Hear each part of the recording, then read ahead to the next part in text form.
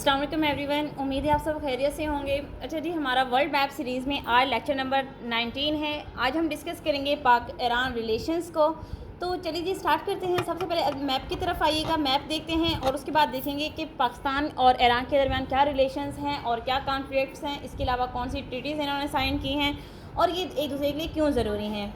तो सबसे पहले हमने मैप ड्रॉ किया, पाकिस्तान का मैप ड्रॉ करते हैं। मैप हमने बनाया पाकिस्तान का, साथ ही पाकिस्तान बॉर्डर शेयर करता है बलूचिस्तान वाली साइड से, और जो बॉर्डर है उसकी अगर हम लंबाई की बात करें तो 904 किलोमीटर है। और फिर ईरान जो है वो अपना बॉर्डर शेयर करता है अफ़गानिस्तान के साथ भी, यानी कि अफ़गानिस्तान वो पाकिस्तान का भी नेबरिंग कंट्री के है और ईरान का भी।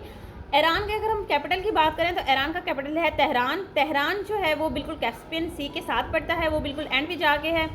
अगर हम देखें तो ईरान जो है वो मिडिल ईस्टर्न कंट्री है, यानी कि मिडिल ईस्ट में वाक़ है। उसके साथ देखें यहाँ पे कैस्पियन सी पड़ता है तेहरान के साथ। और इधर देखें अगर एक हमारे पास सीआर कंट्रीज़ में से तुर्कमानिस्तान है, इसके वेस्ट में तुर्की, और फिर नॉर्थ वेस्ट में देखें तो हमारे पास इराक है। और उसकी दूसरी साइड पे बिल्कुल नॉर्थ में आके हमारे पास ईरान के साथ कौन सा कंट्री अपना बॉर्डर शेयर करता है, सऊदी अरेबिया। अब सऊदी अरेबिया के और ईरान के दरमियान वाटर बॉडी है जिसे पर्शियन गल्फ और स्ट्रेट ऑफ हॉर्मज़ कहा जाता है। अब ईरान की सबसे ज़्यादा इम्पोर्टेंस तो इसलिए रीजन में है क्योंकि ये दोनों जो हैं पर्शियन गल्फ और स्ट्रेट ऑफ हॉर्मज़, इन दोनों को कंट्रोल करता है ईरान। तो अगर हम बात करें पाकिस्तान के सिनेरियो से तो ईरान वो वाहिद कंट्री है जिसने पाकिस्तान की इंडिपेंडेंस के बाद पाकिस्तान को फ़ौरन ही रिकॉग्नाइज़ कर लिया था, पाकिस्तान को तस्लीम कर लिया था। तो ये डीके का क्वेश्चन भी है।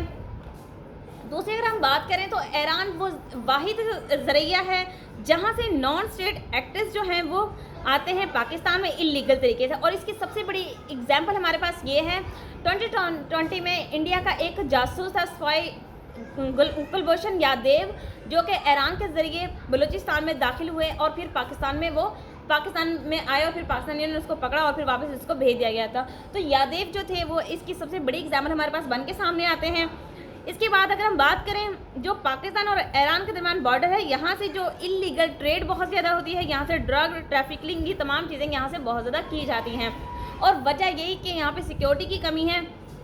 इसके अलावा जब पाकिस्तान जो है 1947 में सबसे पहले तो ईरान पाकिस्तान को रिकॉग्नाइज़ करता है। उसके बाद फिर दूसरी इंपॉर्टेंस ये है कि पर्शियन गल्फ और स्ट्रेट ऑफ हॉर्मज़ जो है वो ईरान के पास है, उसका कंट्रोल सारा का सारा ईरान के पास है।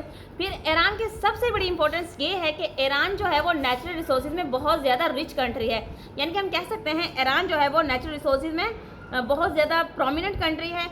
और फिर पाकिस्तान एक एग्रीकल्चरल कंट्री है और पाकिस्तान की जो इकॉनमी है वो काफ़ी हद तक बेस करती है एग्रीकल्चर पे। और इसके अलावा इकॉनमी के साथ साथ हम बात करें तो पाकिस्तान में एम्प्लॉयमेंट पाकिस्तान की 70% जो आबादी वो एग्रीकल्चर से जुड़ी हुई है।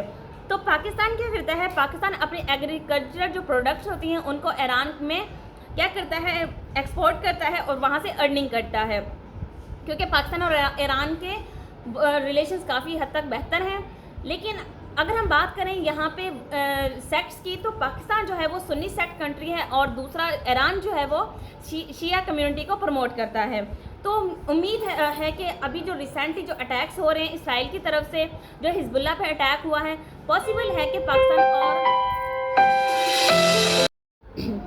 हिजबुल्लाह पे जो अटैक्स हो रहे हैं उनसे पॉसिबिलिटी है कि जो मुस्लिम उम्मत है या फिर मुस्लिम कंट्रीज़ हैं वो जो दो ब्लॉक्स में डिवाइड हो जाएंगे। तो खैर की तो भी तो पॉसिबिलिटी है, या फिर हम कह सकते हैं हम डिपिक्शंस हैं अबाउट फ्यूचर कि फ्यूचर में क्या होने जा रहा है। तो देखिए हमने देखना है ईरान का, तो ये ऑब्वियस ही बात है, ईरान शिया पॉलिटिकल उसको थॉट को करता है, प्रमोट करता है, और पाकिस्तान जो है वो सुन्नी सेक्ट को वो प्रमोट करता है। तो ये खैर बात की बातें हैं। फिलहाल हम देख रहे थे अपने रिलेशंस को।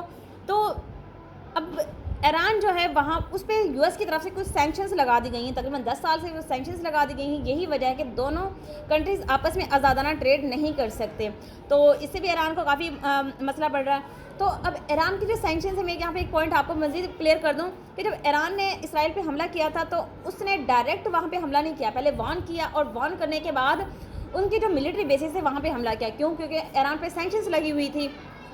तो सैंक्शंस का मतलब ये है कि ईरान जो है वो ओपनली ब्लैटेंटली कभी भी कोई ना तो ट्रेड कर सकता है और ना ही किसी भी कंट्री पे कोई हमला वगैरह कर सकता है। उसके बाद क्या होता है 1999 में पाकिस्तान, ईरान और इंडिया के दरमियान एक जो गैस पाइपलाइन की ट्रीटी साइन होती है जिसे पीस पाइपलाइन भी कहा जाता है।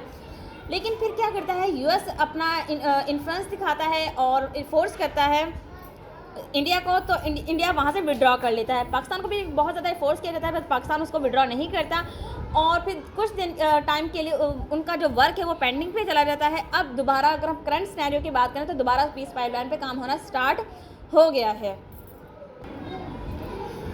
इसके अलावा अगर हम बात करें ईरान के चाइना के सऊदी अरब के साथ रिलेशंस काफ़ी अर्से से बहुत ख़राब थे, तो चाइना ने मेडिएट करके दरमियान में एक अपने मिडिल मैन बन के दोनों कंट्रीज़ के दरमियान जो थी वो फासले को ख़त्म करके दोबारा से इनके जो इंटरनेशनल रिलेशन थे उनको बेहतर किया है, उनकी पॉलिसीज़ को डेवलप किया है दोबारा से।